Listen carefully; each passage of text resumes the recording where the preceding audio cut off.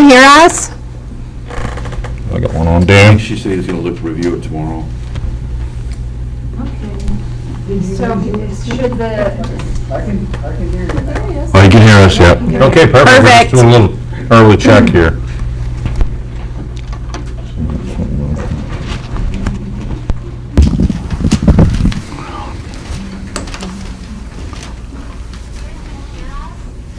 It's working on YouTube.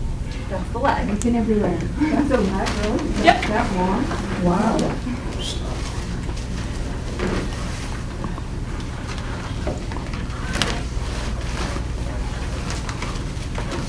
Now, do you think that he's loud enough to the speakers? It's hard to hear. It is hard to hear. Depends on how he's talking.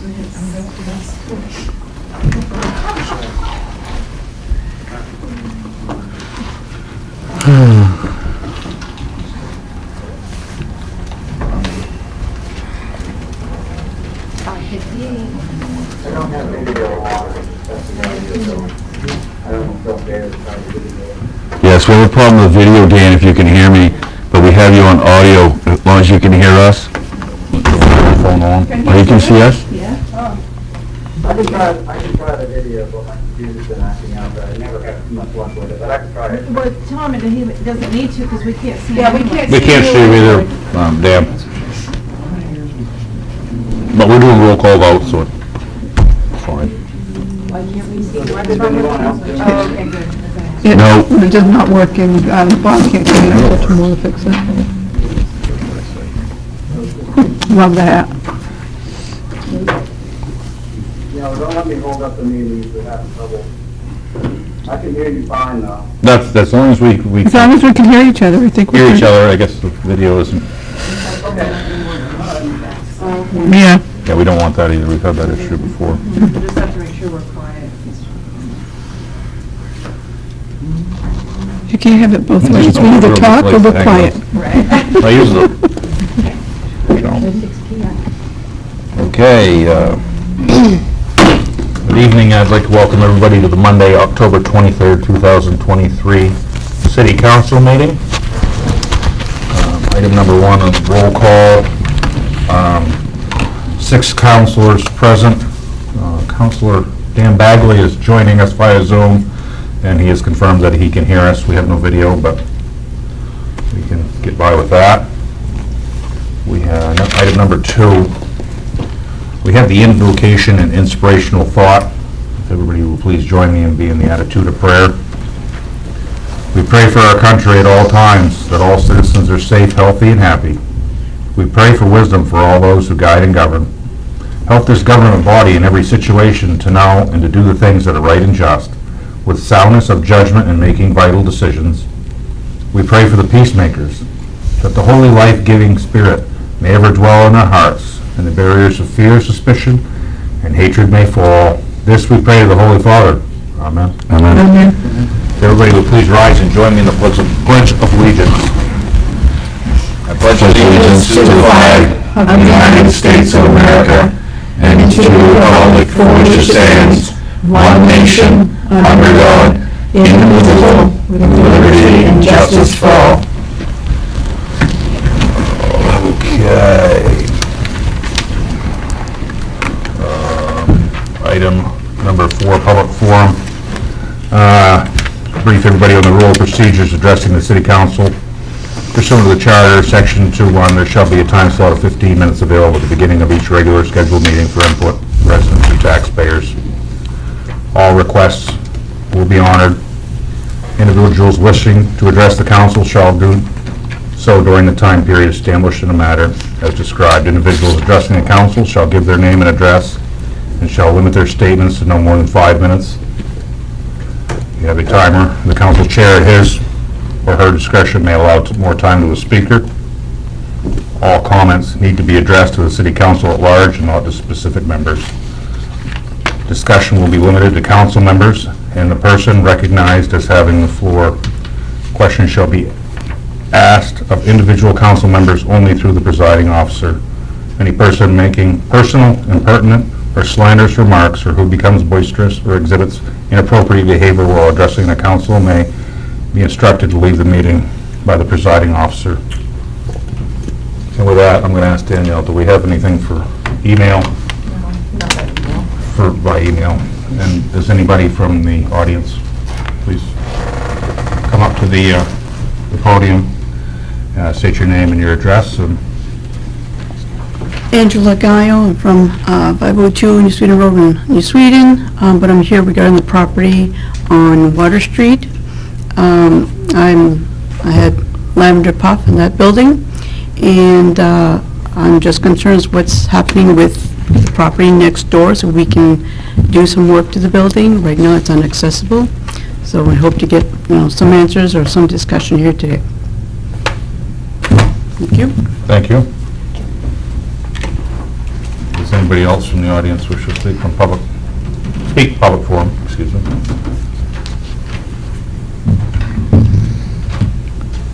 Hi guys. My name is Sandy Merritt. My address is 35 York Street in Caribou, Maine. Many of you may not know me, and some of you may. Again, my name is Sandy Merritt, and my husband and I were esteemed business owners in this community for 12 years. We own a house located at 35 York Street, where we raised our family for almost 20 years. And for the past 2 years, I've been fighting your city and Aroostook Federal Savings and Loan to keep it. Because at the peak of COVID, when the country was shut down, and Governor Mills issued a travel ban, and we could not get back here, Carl Grant violated Caribou City ordinances and put a lien on my home illegally. According to the city ordinances, Mr. Grant was required to mail a 30-day notice and a 30-day tax lien notice to me with a return receipt. However, not only did Mr. Grant create the labels and never mail them, someone forged my name as receiving it. The bank then used that illegal lien to force me into a home equity loan that they knew I could not afford because I had lost my job and was suicidal. I was not behind on any payments. It was for my 2019 property taxes that were only 5 months late. In 2021, my husband was diagnosed with cancer. We fell 2 months behind on our payments. And I spoke with the bank and told her we would send a payment, and we were coming up here and using my husband's VA loan to refinance it because we had $200,000 in equity built up in it. We told her we were going to create a two-family home again like it was when we first bought it so we could live in the top and maintain a permanent residence here to care for my aging parents and grandparents and siblings who still live here. But 2 weeks later, we received a notice to cure illegally. And then, in desperation, we decided to sell our house because we knew the amount of equity that we had in it, and so did everybody else. And just 2 weeks after we listed our house for sale, the bank offered us a deed in lieu of foreclosure. And then Beth Henderson informed me that she called a heating technician into our home to start our furnace and had 100 gallons of oil delivered without our consent. You see, we have a hot water boiling system. So the water had to be turned back on in order for our furnace to be fired up. Unfortunately for this city and the water department, I have my disconnect notice and water bills showing no usage all the way up until the city turned my water back on. When they did that, they started sending my bills to the bank. 1.8 million gallons of water went through my home. Caribou has 4 water towers that stores 1.4 million. And nobody knew. They just let it happen. But they never thought I was going to come back and find it. That's why the insurance claim never paid my mortgage. Your city was served Friday a demand for $400,000 for their part in the destruction of my home. And so was the water company. You got 1 minute remaining. Grant, 1 minute. That's great, because I have 1 paragraph left. Okay, perfect. At the peak of COVID, the city of Caribou worked with the banks, brokers, and insurance company to steal my home, but you have failed, and I have given your attorney the replacement cost of my home, and I demand your help in not only seeking justice right now, but a place for us to live, because we're homeless now. Our home is completely destroyed. I have photos if you would like to see them. Nobody can go in there because of the toxicity that is in there. Mold thick enough where our tiles in our finished basement are falling down. This is a problem for your city. I've been in court for 2 years fighting, and now I'm here to take care of it. And I wanted to make sure that each and every one of you knew that I'm not going to stop until it's taken care of. Thank you.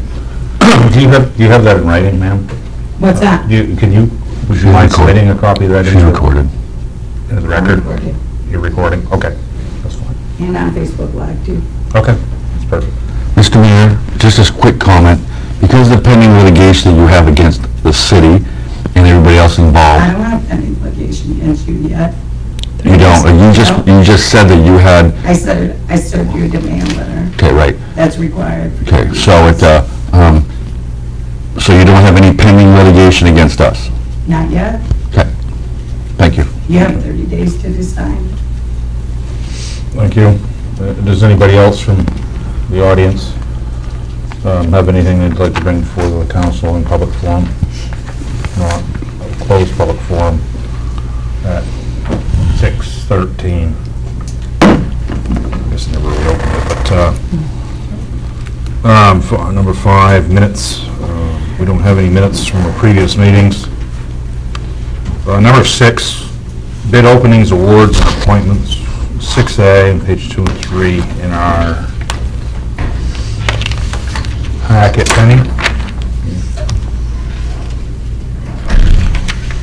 So the Maine Municipal Tax Collectors and Treasurers Association has recognized the City of Caribou Finance Director Carl Grant for his achievement of meeting all educational and professional experience criteria to be recertified as a tax collector in Maine.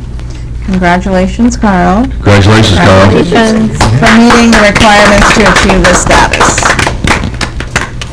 So we have a letter in here from the Maine Municipal Tax Collectors and Treasurers Association.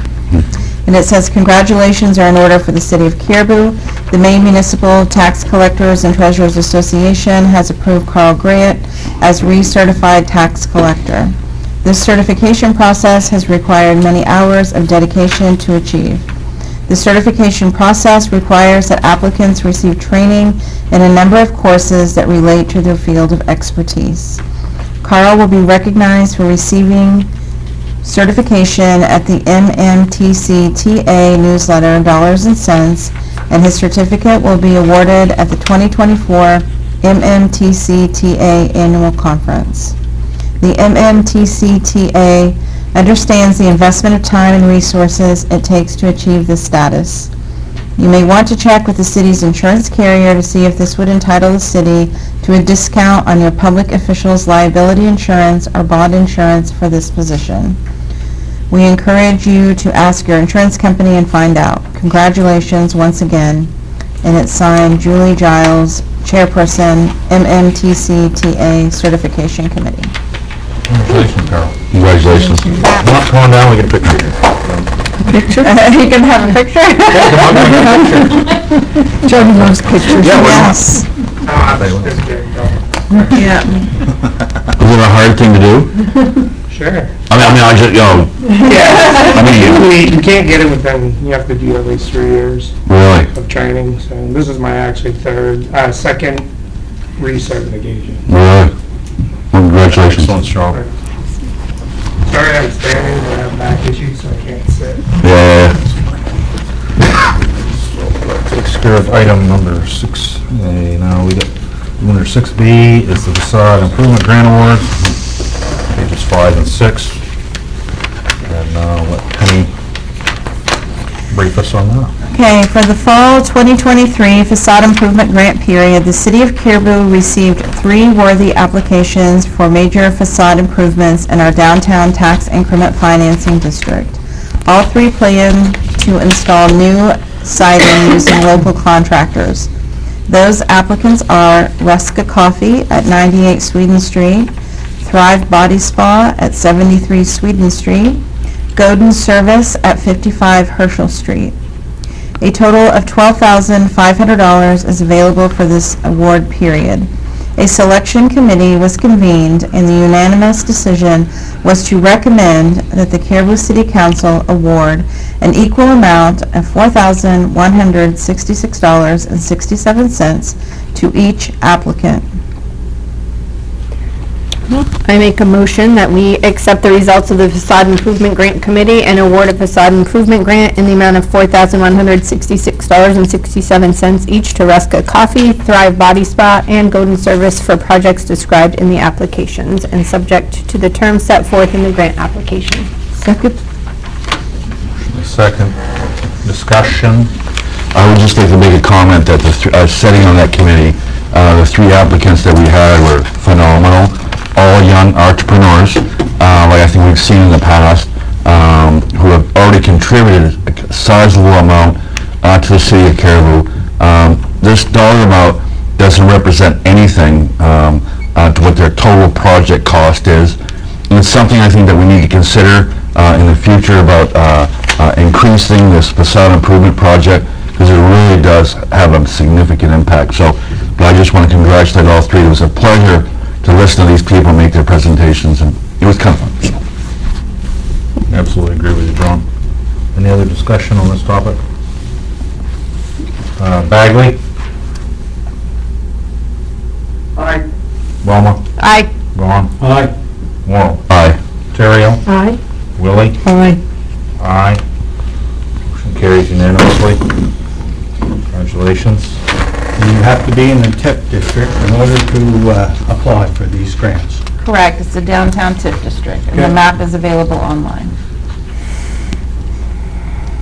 Okay. Got that. So number 6C, we have a small business Saturday proclamation. Small Business Saturday proclamation of the members of the City Council of the Caribou, Maine.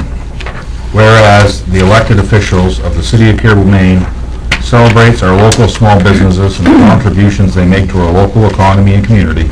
According to the United States Small Business Administration, there are 32.5 million small businesses in the United States. They represent 99.7% of firms with paid employees, and they were responsible for 62% of net new jobs created since 1995. and small businesses employ 46.8% of the employees in the private sector in the United States. And whereas 79% of consumers understand the importance of supporting the small businesses in their community on Small Business Saturday. 70% report the day makes them want to encourage others to shop small, independently owned retailers, and 66% report that the day makes them want to shop small all year long.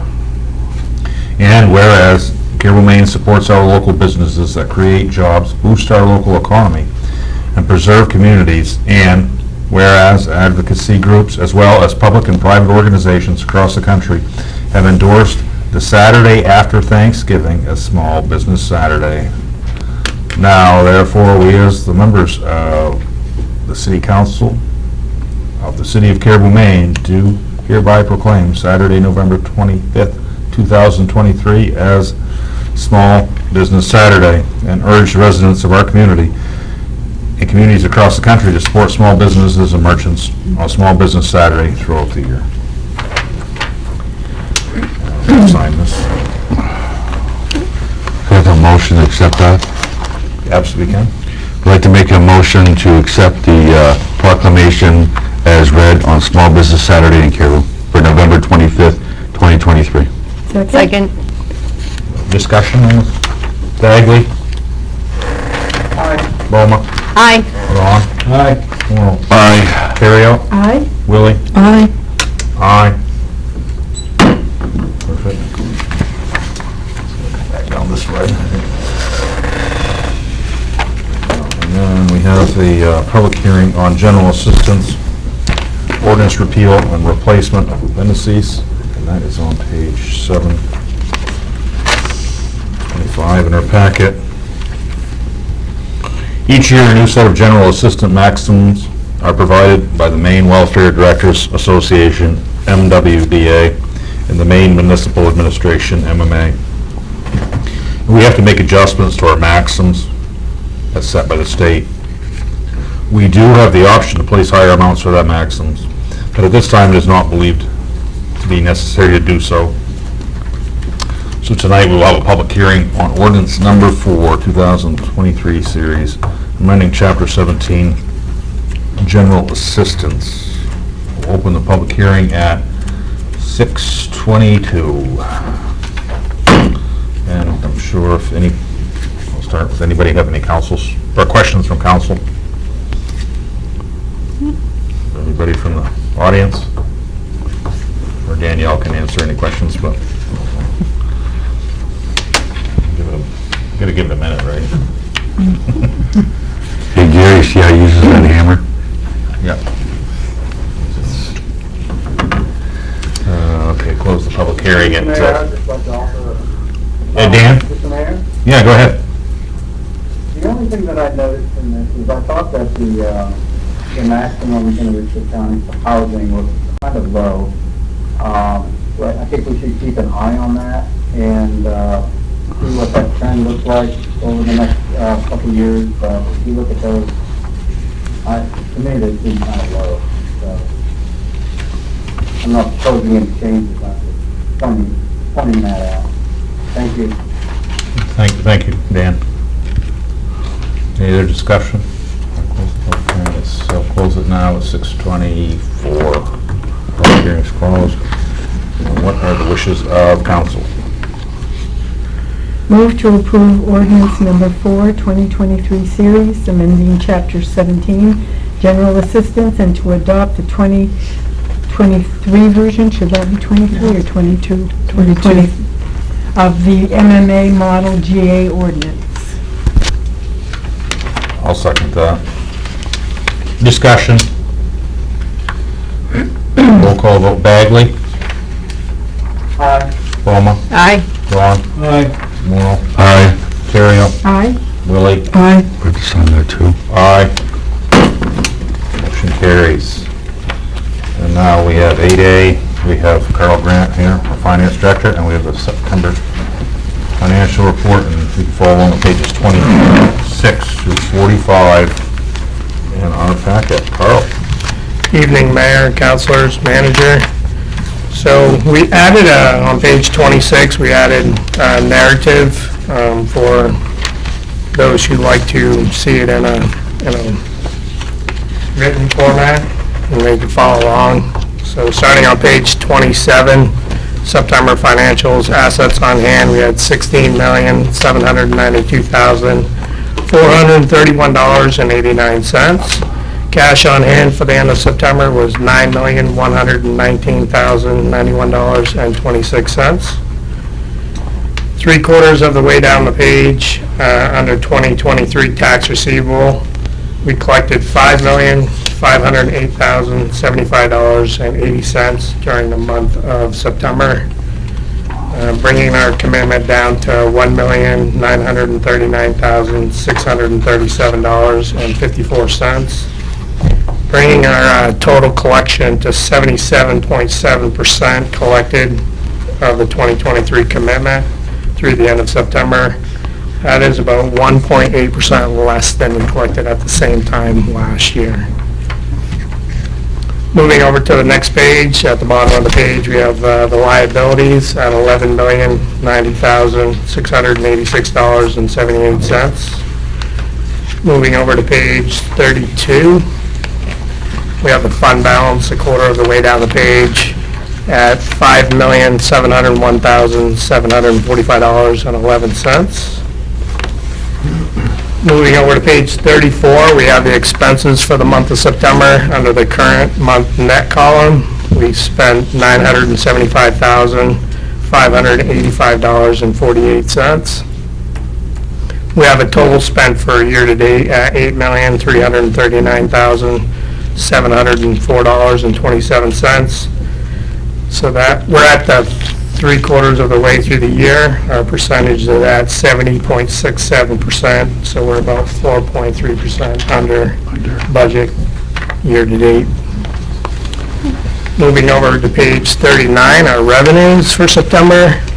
We collected $401,149.52.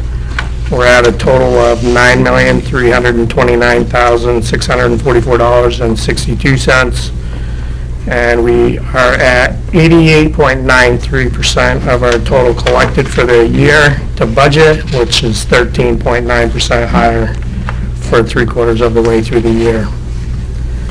Side notes, our excise tax, we collected $141,758.93. This is for the month of September. Year-to-date, we're at $1,285,533.37, and we are over budget for the first 9 months at 9.3%.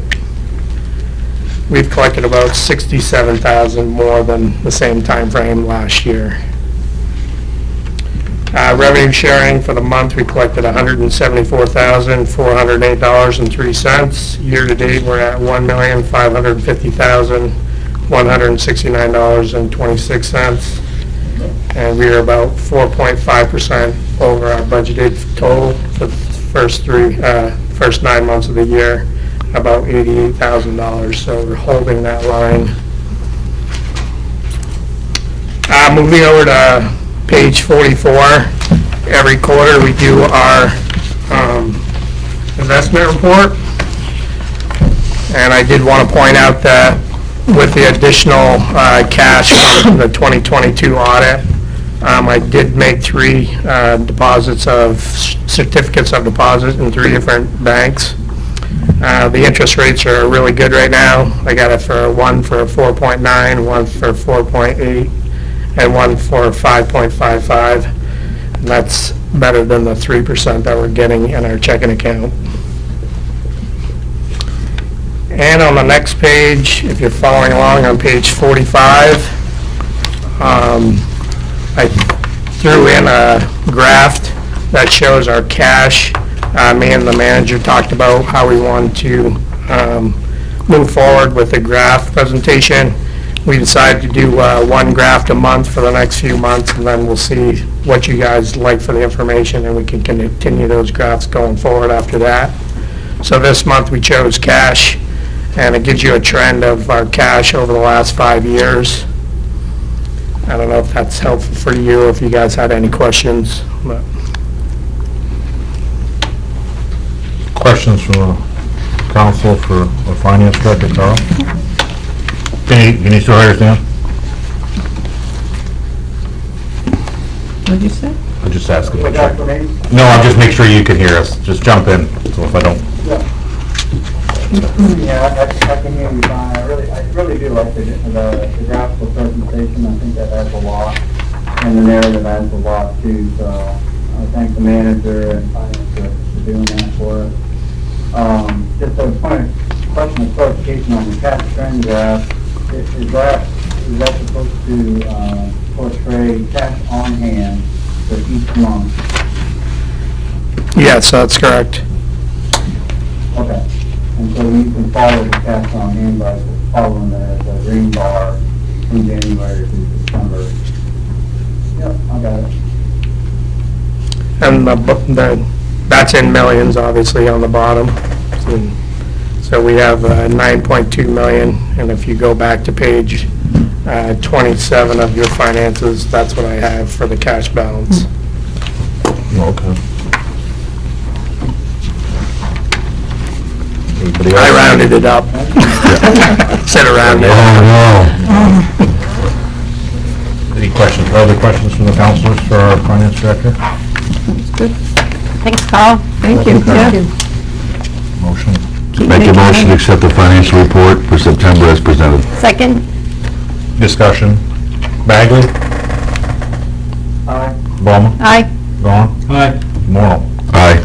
Terrio? Aye. Willie? Aye. Aye. Motion carries. I thank you, Carl. Thanks, Carl. Thanks, Carl. 9B, we have the manager's report. Take it away, Penny. Okay, so for economic projects, riverfront power plants, the update that I've received since I typed this up, we are all set. The finance director and I have been working with, they have every grant has its own website for everything. Either it's reporting, drawing down money, everything like that. So the one for EPA for the Brownfields project, which is the power plants, is called ASAP, is drawing down money. Acres is reporting. So I did receive confirmation this morning that we're all set in ASAP, so when the money is available, we'll be able to draw things down. We have our kickoff meeting with our QEP and our project manager from EPA, who will be joining by Zoom on Friday at 1:30. We do not have an update on the EPA CERCLA action. The person who is handling that for the EPA is out of the office until the end of the month. So our project manager is trying to get us some kind of an answer on what we need to do. So the broadband initiative, the contract between the Maine Connectivity Authority and Charter Spectrum has not been accepted. And today I received an update on that as well, which is that this came from Kate Gore from Charter. I'm writing to make you aware of an unfortunate development pertaining to the Reach Me Grant Awards. As you know, Charter Communications Spectrum has been working with the Maine Connectivity Authority regarding the grant that was awarded to Caribou. Regrettably, after 8 months of waiting for a contract from MCA, they proposed a contract to Charter Communications that changed certain requirements of the program from what we originally agreed to when we submitted our application. During the pre-application process, we agreed to 3 of the affordability standards. We were never asked about this, and when we received our template contract, there were additional standards that Charter did not agree to. And there are some screen grabs, and I did send this to the council earlier. We have had numerous conversations with the Maine Connectivity Authority as well as Governor Mills' administration regarding our concerns. Unfortunately, we are at an impasse with the Maine Connectivity Authority's additional contract requirements. Charter Communications remains committed to providing services to your community, and we are in the process of seeking approval for funding for these projects without a subsidy. We will not have confirmation of this until the week of October 30th. If Charter is unable to move forward on this build independent of the Maine Connectivity Authority, we fear that the grants we were awarded will be rescinded. We understand that this is incredibly disappointing situation and will be in touch as soon as possible with any further developments or updates. Very disappointing news. Very disappointing.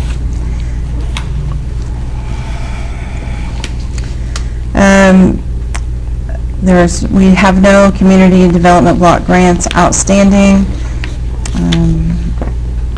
The Ogren Dump Solar Project. So, as you may recall, the building official and I actually visited that site with members of DEP several months ago, and we have asked them to give us a punch list of what needs to be done by the contractor at that site, and we still haven't received it. I have asked for an update, which I have not received. Events and marketing, hats off to Gary for a very successful craft fair over the weekend. They also had a Carl fundraiser at the Wellness Center, and I've heard nothing but good things about that. Their next event is Trunk or Treat, Saturday, October 28th. Trigger trunk. Trunk or trunk? Trunk. Okay. Trunk What did I say? Trunk or treat. Yeah. Is that what? Oh, I said trunk. Trunk or treat. Sorry, Okay. I just want to be exact. For blight cleanup, staff is working every day on these issues. There's not a day goes by that we don't have someone come in with issues on blight. Bird's eye cleanup, I am actively working to get funding from EPA to remediate any remaining areas of concern and investigate possible reuses. The Caribou Development Committee, this committee has a lot of energy and great ideas to be spark plugs in the Caribou business community. Our Riverfront Master Plan, the contract from MBRC has been received. We have not received a notice to proceed or a partial notice to proceed, although we did receive information on the letter of environmental review, and Karen Gorman and I worked about 3 hours on getting that ready yesterday, just to get kind of a game plan of how to get as much done before the snow flies on that. The Caribou Economic Growth Council, the next meeting is October 26th at 7 a.m.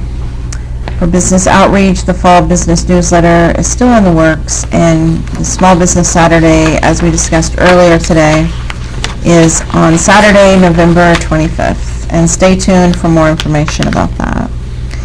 The Nylander Museum, there was a successful soft opening at the Nylander. I've heard lots of great comments from everyone who attended that. The police station, we hope to schedule a police station committee meeting soon. Trailer park closure, the trailer park is officially closed, and we're working to get the remaining mobile homes out of there. Comprehensive plan update, a community visioning and update session will be held on Thursday, October 26th at 6 p.m. at the Wellness Center. All are invited and childcare is provided.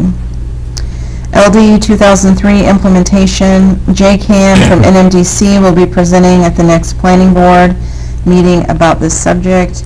As I mentioned at the last meeting, NMDC has support from DECD about helping communities like Caribou comply with this legislation, which has to do with accessory dwelling units. 15 Prospect Street, I've had several meetings with the owner. He is trying to get his property cleaned up. It's very difficult. He has very limited financial resources. The Water Street fire, that is on the agenda. We have the owner of 3 Water Street here who is interested to know what the future holds there, as is the owner on the other side of the property. Personnel changes, Public Works, Caribou Police Department, Caribou Public Library, and Caribou Code Enforcement are all hiring. DOT Village Partnership proposals were due October 13th. 2 were received, and DOT will be coming up on November 2nd to have a review of proposals. Cary Medical Center 100th anniversary is in 2024. Planning is underway. If you have any old photos, memorabilia, or stories, please reach out to Bill Flagg. Other updates, there will be an eclipse on April 8th, 2024. Caribou is in the path of totality. Related to this, the main solar system model has made plans to move the sun from Folsom Hall to outside on the UMPI campus, and this project is led by Caribou businessman Dr. Kevin McCartney, and donations to make this happen in time for the eclipse are now being accepted. We've had contact with several people reaching out to see what Caribou is doing for the eclipse, including the weather service. They want to know if we have plans. They're getting inquiries, people that want to come visit the weather service while they're here for the eclipse. And I heard a presentation last Thursday to the Heuristic Management Association that there could be as many as 100,000 people coming here for the eclipse. So, yeah. Cool. But the weather, as you know, is very unpredictable that time of year, so we're not sure what to plan. There's a lot of snow on the ground that time. We could not. Last year, knowing this was coming, like on April 8th, like I drove around kind of looking to see, like, okay, what is the situation? But that doesn't mean next April 8th, you know, is going to be the same. It's our weather is very unpredictable. So any questions from anybody about these or other things? Thank you, Penny. Thank you. Nobody has any questions? Now we get on to 10A. Rural business discussion and possible action to consider, no, excuse me. 9A. 9A, I crossed it off. New business ordinances and resolutions. Caribou Riverfront Development Committee requested ordinance changes. At their meeting, staff brought up, am I on the right page here? Yes, Yeah, you I am. are, Staff 48. brought up inconsistencies in Chapter 20, which established the Caribou Riverfront Development Committee. The committee voted that the official name would be Caribou Riverfront Development Committee, as both Caribou Riverfront Redevelopment Committee and Caribou Riverfront Renaissance Committee are mentioned in the chapter. There are also a couple other edits. All edits are shown on the following page. Change to the ordinance would need to be approved by the City Council following a public hearing. So, I guess I'll set a public hearing for November 27th. That would be perfect. Perfect. And we can discuss anything there. The proposed changes are in our packet.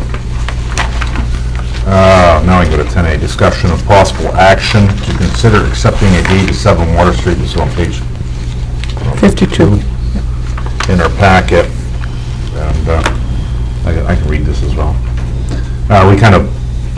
We waited on this from the last meeting, so I don't know if we necessarily Right. tabled it. We had tabled it because I wanted to reach out to Attorney Solomon for him to reach out to the Bickford's attorney to see if they might be able to get caught up on their taxes or something. They're 3 years behind now on taxes. And to my knowledge, he has not heard anything back from them on if they can contribute anything, you know. Read this or just? Well, I did say this some time. It's my understanding, based on the last city council meeting we had, that when the attorney from the Bickfords, Attorney Legier, was in, and understanding this new ordinance about tax-acquired properties, that it may be in the best interest of the city to have the deed transferred to us, because it would allow us less restrictions in how we handle that property. Correct me if I'm wrong, I think You are correct. it was brought up, that because of this new ordinance or this new law that was issued by actually the Supreme Court as far as tax-acquired properties goes and how we're limited to what we can do, it may prohibit us from actually fixing that property as well as the 2 next door. So after hearing that and actually doing some research of my own, I feel that it's probably about the only avenue we got. I mean, that we can wait and let it go to tax-acquired properties, try to sell it, there's a hole there, you gotta fill the hole in. People next door, they're gonna end up in the same hole as that property. But I think that there may be some avenues for us, because of its proximity to the river, the riverfront there, the fishway, I guess I'll call it, that may allow us to be able to correct that situation if we own it. And that's something I'd like to have a discussion with possibly Gary about, but I'm suggesting that we assume the deed, only because of what could happen down the road, and it's just gonna get drawn out and drawn out and drawn out, and we're gonna still have a hole to fill. So, that's my suggestion, but anyways. Is that considered a motion? I would make that motion, yes. Can you clarify your motion, please? I would make the motion to say that we assume the deed, the city of Caribou will assume the deed. Well, you're gonna accept it. Accept the deed, okay, accept the deed at 7 Water Street, accept the deed at 7 Water Street that's been presented to us by, Councilor Legier on behalf of the Bickfords. Is that clear enough? Is that? Is that clear enough, Danielle? I'm not good at this stuff, you know that, so every time I gotta do this. I'll second that motion. Discussion. I mean, that was the recommendation by this Counsel. municipal attorney, Yes. Rick Solomon, but I'm just gonna tell you, this is gonna cost a great deal of money, and it's Right.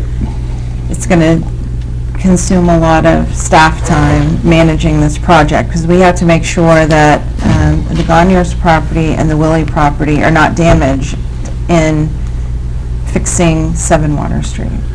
But the problem is, either way, okay, it could end up the same way. I guess I'm asking you, okay, you know, if we wait to assume it as a tax-acquired property. You could waive it. Then at the next meeting, we're going to be deciding on waiving foreclosures, too. I mean, that's next time. I'm just saying, I hope that you're prepared for all this is gonna entail with the property. It's gonna be a lot. But I guess the way I'm looking And at it, I don't know what the other solution is, I'm just saying. That's just it? That we're just rewarding bad behavior. that's right, you know? and the thing is, how do we fix a problem that's already existing, that's not gonna go away, okay, and it's something, yes, we all know it's something we're gonna have to assume. I don't see any other option, I mean, I don't know, one way or the other, we're gonna end up with it. And I guess I'd rather end up with it in a way that the terms are more acceptable to us than they are to others, I guess. I'd rather have it at least somewhat, be able to somewhat control something. I mean, I don't know what you guys think, I mean, I'm just babbling here. Go ahead. You're just babbling. My only concern, and maybe we can write it up in the legalese, is I would hate to see this become a precedent, and every time someone loses their home to fire, they're going to expect the city to move in and clean it up. Well, yeah. I would hate for that to be a precedent. So if there's some way, and Mr. Solomon would probably be able to be helpful with that, but just, and, you know, for whatever it's worth to, you know, to say this is like a one-time deal, and we're really doing it for the other people who own the properties on either side, because Right. they've been in limbo, not being able to do anything or with theirs, so, but I would just hate for every time we lose a home that, you know, everyone would automatically say, oh, the city will take care of it, and I don't think that's right. It's just to help you out, that's something I've been following here, is what happens in Bangor and Brewer, for instance, when a situation like this comes up. I mean, they have certain things, I mean, they're taxing now, or like empty buildings, buildings that aren't cleaned up in such a certain amount of time. I mean, you talked about that. We've got 2 other structures in town here that aren't getting cleaned up, okay? Correct. And you know what's gonna happen with them, don't you? We're gonna get, okay? The minute this comes through, I Well- see the same thing. Or it's gonna be tax acquired, or something like that, so, and my thing is, something I didn't have time, I wanted to do it today, but I'm wondering if we should have an ordinance or something that says, okay, if a catastrophic event happens, and I don't know if this is the right word to use, okay, because insurance companies, okay, they work with landowners and this sort of thing, and, you know, they settle right away. And I think a lot of times in these cases, people's houses burnt down, they get the money to clean them up, okay, and they run with the money, you know? And I'm thinking that there has to be a way that we can create either some kind of ordinance that kind of protects us, okay, from exactly that situation. Yeah. I don't know, I mean, Mr. Mayor, I'm getting a little confused at the direction of the conversation. We have a motion on the table, is that right? We have a motion to accept the deed from 7 Water Street. Okay, and Okay, so, in discussing that, I would just offer that I would like to know what that huge price tag would be. Council Morrow is absolutely right. I mean, we're gonna end up with it at some point. But maybe there is a way that we can do it where it's not going to cost so much money to the taxpayers.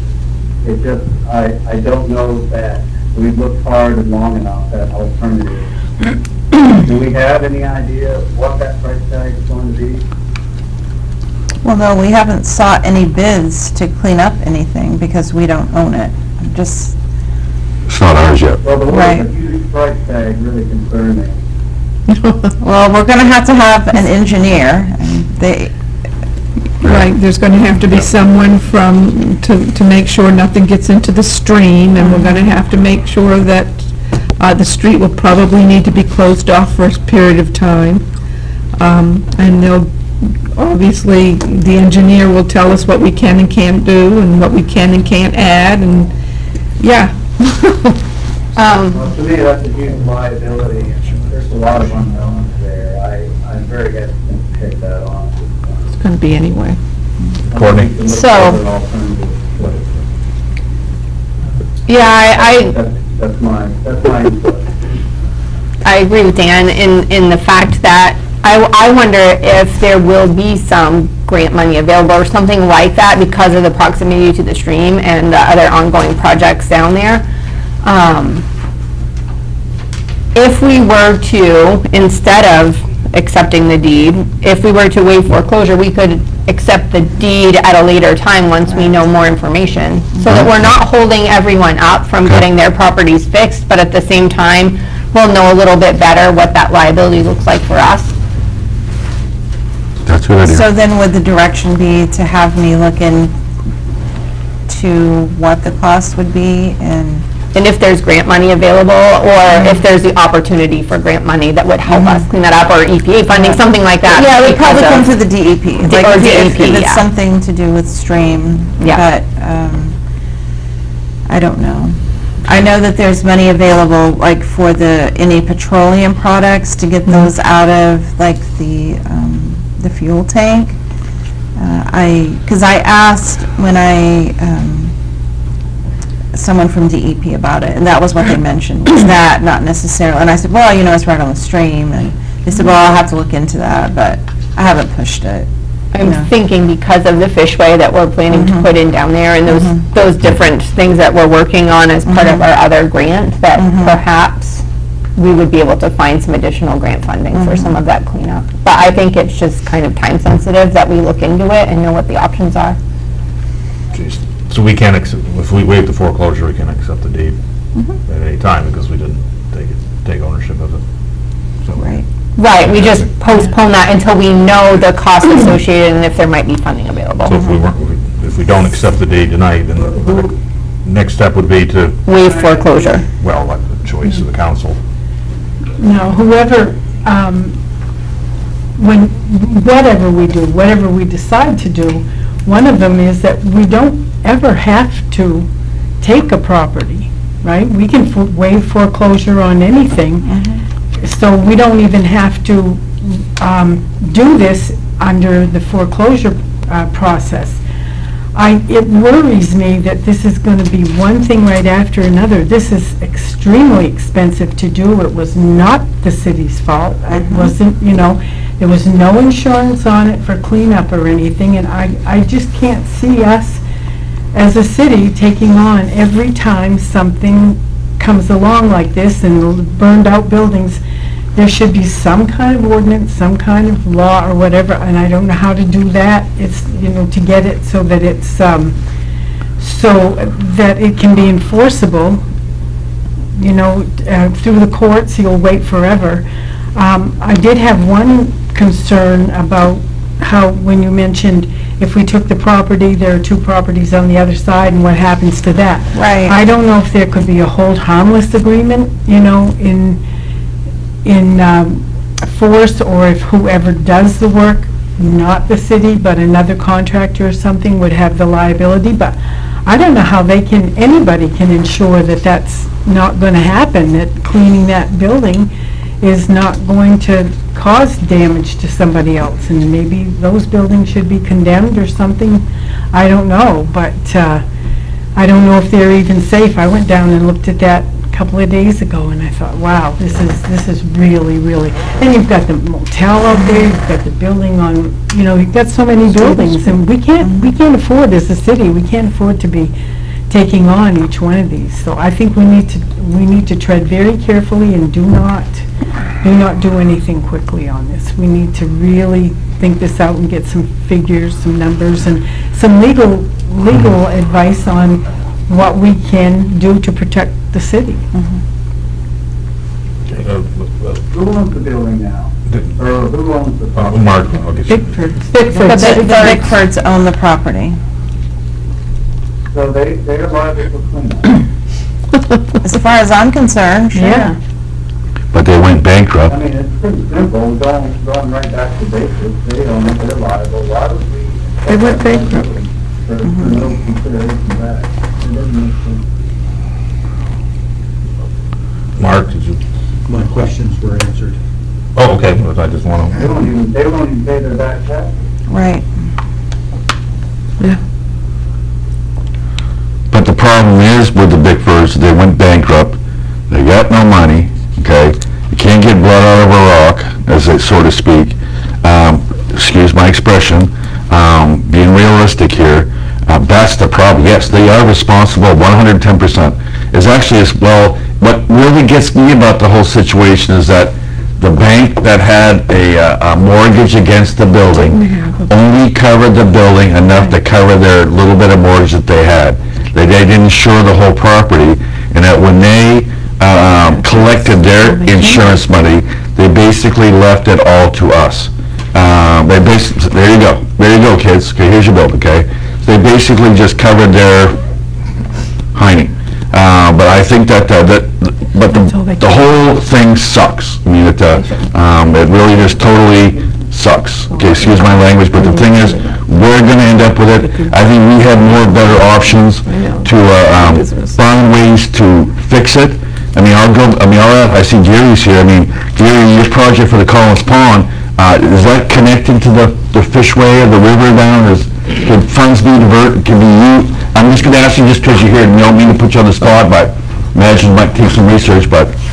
The current plan for the fishway is going to be just to come down below the dam. Okay, If we went with a long fishway, a traditional concrete style ladder, it Right. would go from the bridge back. Okay. So there was no plans on going any further Right. than that. okay. But there's all kinds of things that can be So looked at. is that a possible, viable option, I mean, to help us?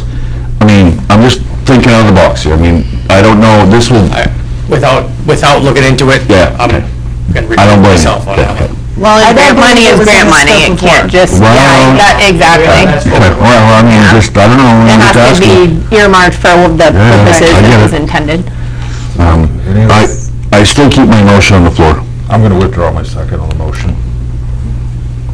Is there another second? Oh, Mark, we're still. Not seconding. No, you got a question though. So you're saying 2 weeks, the next city council meeting is the meeting where we decide whether or not tax foreclosures we accept or not.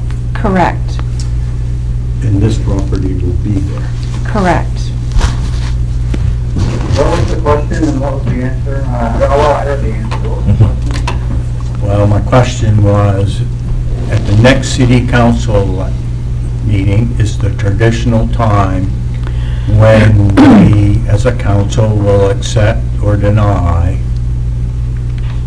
tax-acquired properties. And that's the traditional way of which we do it. I'll go with Joan's point, or no, I think it was Luella's point. Precedence. By accepting it now, Great. 2 more weeks, It's actually 3. or 3, I meant at the next city council meeting, then we would be following the traditional way we would do it. Correct. At the next city council meeting, I would like to say, I'll go with John's deal, I would vote to take it then. But I I don't want to Yeah. break with the traditional way of which we do it. Next city council meeting is going to make a break at this whole deal. So Andre, this is a mess. You just look around this town. So, So that was the question, and I answered it. I've withdrawn my second, so is there another second, or are we going to continue with this session? so to be clear, what you're saying is you would rather defer the question until we have it, about the possibility of waiving foreclosure as opposed to accepting the deed under these terms? Yes. Well, that's, Those are the choices we made. those are the choices we have. So, It's the same result no matter what, and, that's Not the really. result I- I'd like to avoid. Counselor Bagley, if I could just say, I think what it is that if we were to just not accept the deed right now, and then we waive foreclosure on the property, it gives us time to explore our options for how much it will cost to clean up the property, if there's grant money available to help clean up the property, and those types of things. So by just waiting a little bit and not accepting the deed, it gives us time if we waive the foreclosure. We can accept the deed sometime down the road. 3 weeks. We can also, or No, if you we don't do have to not, do it in 3 weeks, so. Oh, okay. or we end up with it because of automatic foreclosure if we make no action, correct? But we can waive the We foreclosure. can waive it, yes. And now, we'll I was going to say the same thing.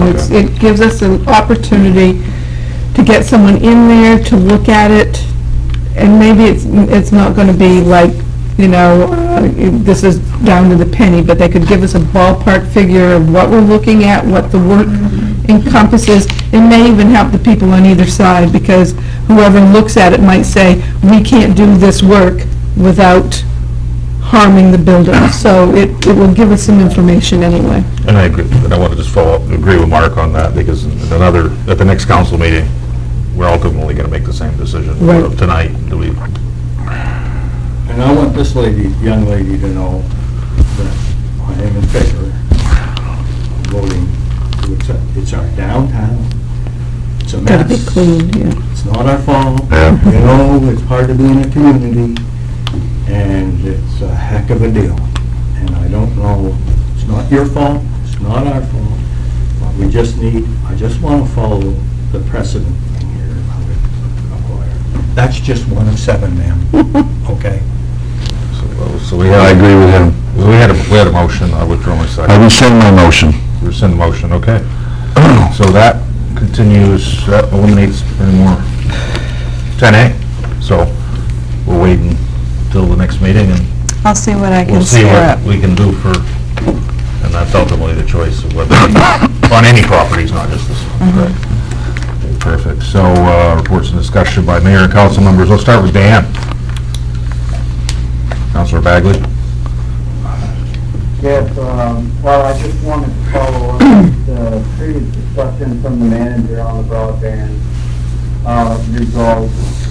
We talked informally on the broadband committee. We're going to just sit tight and wait until we get a final answer. And then we'll take stock of where we are and look at our options going forward. So we thought that was the best approach until we get a final word what's going to happen. Everything? Yeah, okay. John?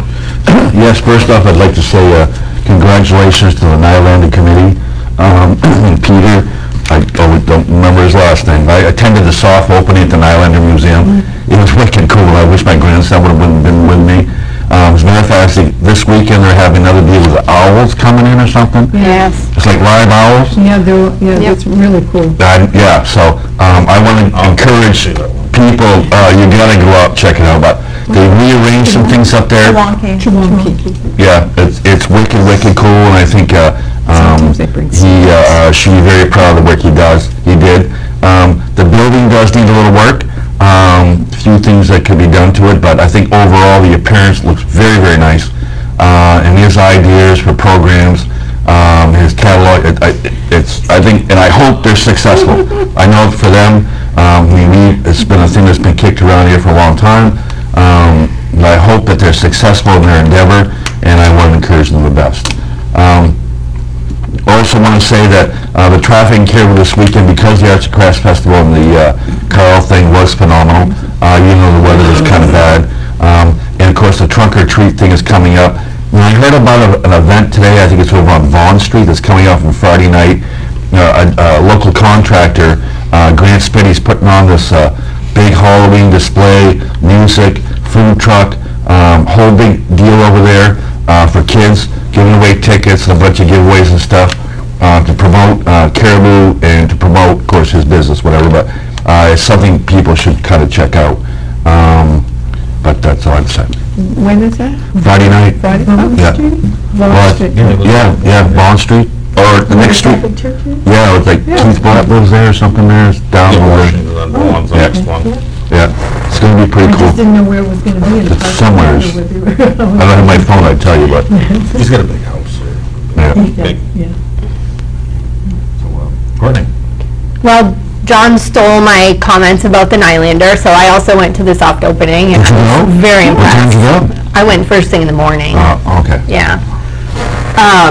But it was really impressive, the way that they've reorganized, and I think by cleaning out the basement so that they can now hold activities there, they've got some craft tables down there and some different things. I think that it's a really nice space, and I was very impressed with what they've done, so I commend that. And I did want to ask, do we have an update or have the streetlights been fixed down here in the town square, if you will?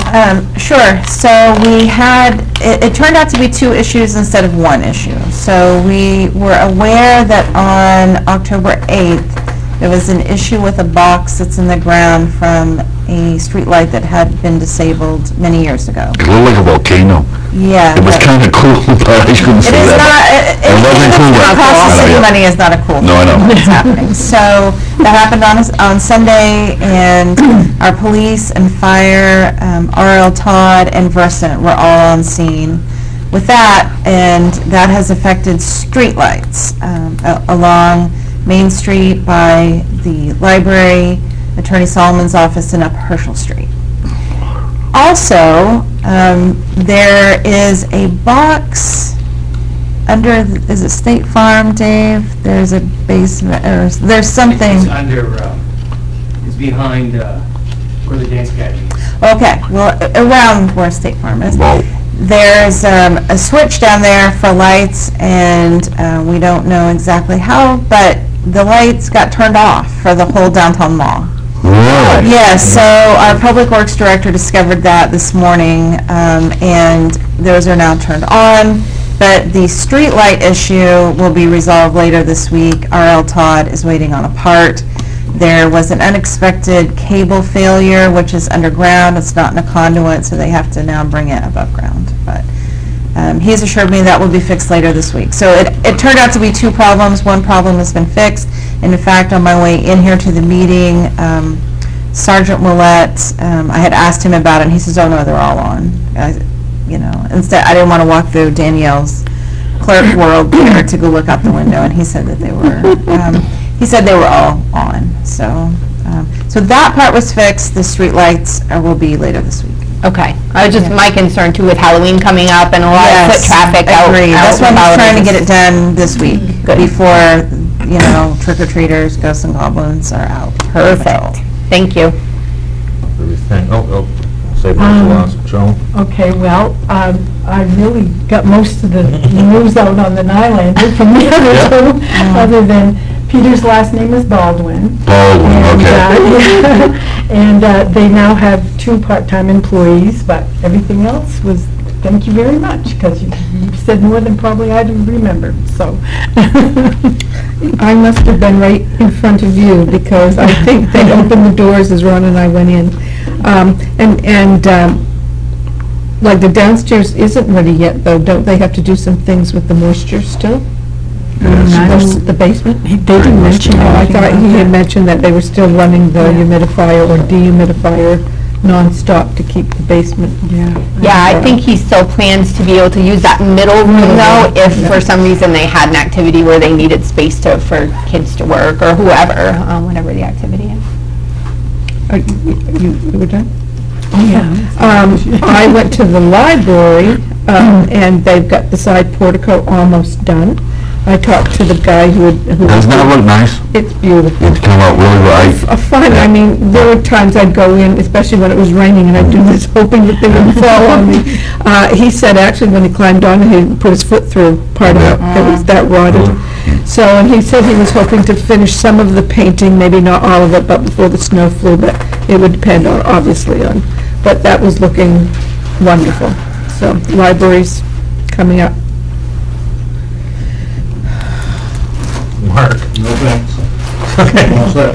I got a couple things to say here. I went up to the craft fair over the weekend, and I had an opportunity to go yesterday. Thank you, Gary. The advertisement was excellent this year. I saw it on WLBZ one morning, up full.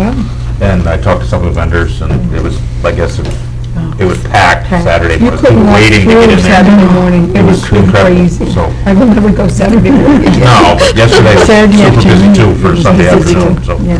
thank you for the advertising. I didn't have the opportunity to get to the soft opening for the Ninelander, but I heard good reviews. The building looks excellent now with our, I would like to say that the Cleaning it up. municipal building committee this year, their directive to staff was to do a project at every building, and so that is what we tried to and do. it just took some soap and water and some elbow Yeah, grease to get it flooded up. and so that was our directive, and that's what we have tried to achieve this year. Yes. And then the other thing is, just throw it there on the trunk or treat, get down there, the Shrine Band will be there this year, added up candy. Oh, nice. Where's Come this? see us at the trunk or treat. trunk or treat? Your end Cool. band, our group has agreed to purchase some candy, so I don't, there's gonna be plenty other people there too.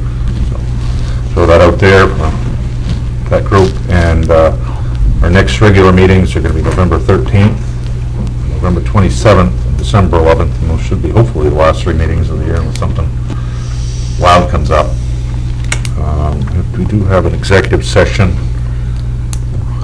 Mr. Mayor, I make a motion, we go on executive session. Second? Yeah, you need to have Oh, the whole thing, sorry. And I don't, it's gonna be for, Identified under MRSA Title I, 405.6. And then the letter is it C? C. C, yeah. Yeah, that one, I don't know. Do we have a second on that? Second. A second, okay. Discussion. Bagley? Aye. Palmer? Aye. Vaughn? No. Morrow? Aye. Terrio? Aye. Willie? Aye. Aye. Carries, take a 3-4 minute recess here. I'll get everybody, you get a couple things signed. And how are we gonna continue with Dan on Zoom, or are you gonna call us? Yeah, I'll put him on my phone. Did you get that, Dan? Yeah, I'll hang it up and I'll wait for, Let Penny call you, please. Okay. yep.